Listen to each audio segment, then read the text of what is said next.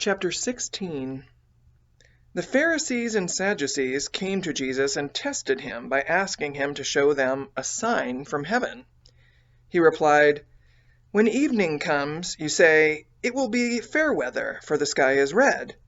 And in the morning, 'Today it will be stormy, for the sky is red and overcast.' You know how to interpret the appearance of the sky, but you cannot interpret the signs of the times. A wicked and adulterous generation looks for a miraculous sign, but none will be given it except the sign of Jonah." Jesus then left them and went away. When they went across the lake, the disciples forgot to take bread. "Be careful," Jesus said to them. "Be on your guard against the yeast of the Pharisees and Sadducees."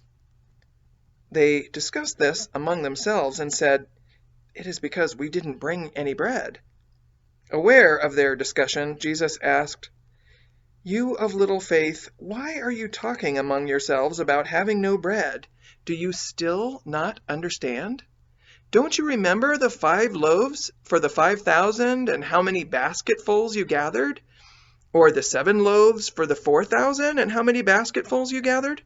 How is it you don't understand that I was not talking to you about bread? But be on your guard against the yeast of the Pharisees and Sadducees." Then they understood that he was not telling them to guard against the yeast used in bread, but against the teaching of the Pharisees and Sadducees. When Jesus came to the region of Caesarea Philippi, he asked his disciples, "Who do people say the Son of Man is?" They replied, "Some say John the Baptist, others say Elijah, and still others Jeremiah, or one of the prophets." "But what about you?" he asked. "Who do you say I am?" Simon Peter answered, "You are the Christ, the Son of the living God." Jesus replied, "Blessed are you, Simon, son of Jonah, for this was not revealed to you by man, but by my Father in heaven. And I tell you that you are Peter, and on this rock I will build my church, and the gates of Hades will not overcome it. I will give you the keys of the kingdom of heaven. Whatever you bind on earth will be bound in heaven, and whatever you loose on earth will be loosed in heaven." Then he warned his disciples not to tell anyone that he was the Christ. From that time on, Jesus began to explain to his disciples that he must go to Jerusalem and suffer many things at the hands of the elders, chief priests, and teachers of the law, and that he must be killed and on the 3rd day be raised to life. Peter took him aside and began to rebuke him. "Never, Lord," he said, "this shall never happen to you."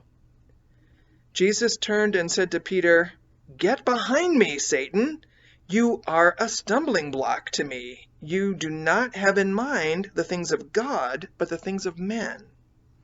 Then Jesus said to his disciples, "If anyone would come after me, he must deny himself and take up his cross and follow me. For whoever wants to save his life will lose it, but whoever loses his life for me will find it. What good will it be for a man if he gains the whole world, yet forfeits his soul?